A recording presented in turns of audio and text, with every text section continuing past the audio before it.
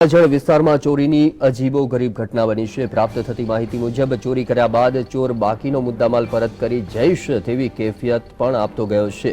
સાંભળીને આશ્ચર્ય જરૂર થાય, પરંતુ પ્રાપ્ત થતી માહિતી મુજબ રૂમાલની પોટલીમાં એક ચિઠ્ઠી લખીને આ ચોરે મૂકી હતી।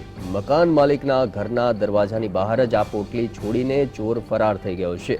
આ ચોરે ચિઠ્ઠીમાં ઉલ્લેખ કર્યો હતો કે ઘરેણાં તમારી કામવાળીએ નથી, તમે થોડા સમય પછી આ દાગીના પરત આપવાનો વાયદો પણ ચિઠ્ઠીમાં કરાયો છે। ઉલ્લેખનીય છે કે આ ચોર દ્વારા આપવામાં આવેલો સમય વીતી ગયા બાદ પણ દાગીના નહીં મળતા પોલીસ ફરિયાદ નોંધવામાં આવી છે। ત્યારે પોલીસે આ અંગે ફરિયાદ દાખલ કરી તપાસ શરૂ કરી છે। તો ચોરે એક ચિઠ્ઠી મૂકી છે જેમાં ઘરેણાં પરત કરવાની વાત કરી હતી, પરંતુ તેનો સમય વીતી ગયા બાદ જે મકાન માલિક હતો તેના દ્વારા આ અંગે પોલીસમાં ફરિયાદ જાહેર કરવામાં આવી છે। આ અંગે વાત કરીએ સુરત ખાતેના અમારા સંવાદદાતા રાકેશ બ્રહ્મભટ્ટ સાથે। જી રાકેશ, એક ચોરે ઈમાનદારીપૂર્વક ચિઠ્ઠી મૂકી હતી, શું છે સમગ્ર ઘટના? જી દિલીપ, સુરતના અડજણ વિસ્તારમાં મહાલક્ષ્મી રો હાઉસ આવેલ છે। મહાલક્ષ્મી રો હાઉસમાં ચેતનભાઈ બહાદુરભાઈ પટેલ રહે છે, જે ઓલપાડના છે।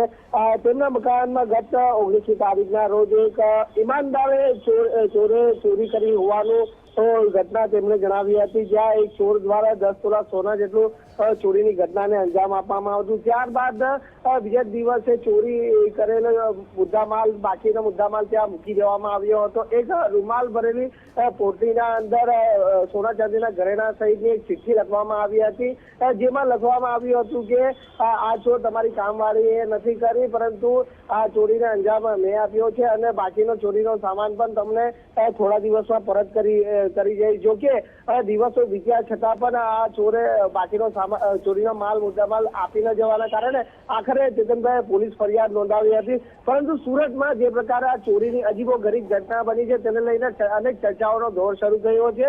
સમગ્ર મામલેના પગલે ચેતનભાઈએ અડજણ પોલીસ મથકમાં ફરિયાદ લખાવી છે। જી રાકેશ, કુલ કેટલી ચોરી થઈ હતી ને ચોર દ્વારા કેટલો મુદ્દામાલ પરત કરવામાં આવ્યો? જી દિલીપ, જણાવી દઉં કે 10 તોલા દાગીનાની ચોરી થઈ હતી, જેમાં મંગળસૂત્ર સહિત 4 વીટી અને ગુજરાતીમાં લખેલી ચિઠ્ઠી, જેમાં અડધો મુદ્દામાલ જ ફક્ત પરત કરવામાં આવ્યો છે, જ્યારે બાકીનો મુદ્દામાલ હજુ પણ બાકી છે। 10 તોલા સોનાના આશરે કિંમત આંકવામાં આવે તો આશરે 10 લાખની આસપાસ ચોરી થઈ હોવાનું માનવામાં આવી રહ્યું છે। જી રાકેશ, માહિતી બદલ ખૂબ ખૂબ આભાર।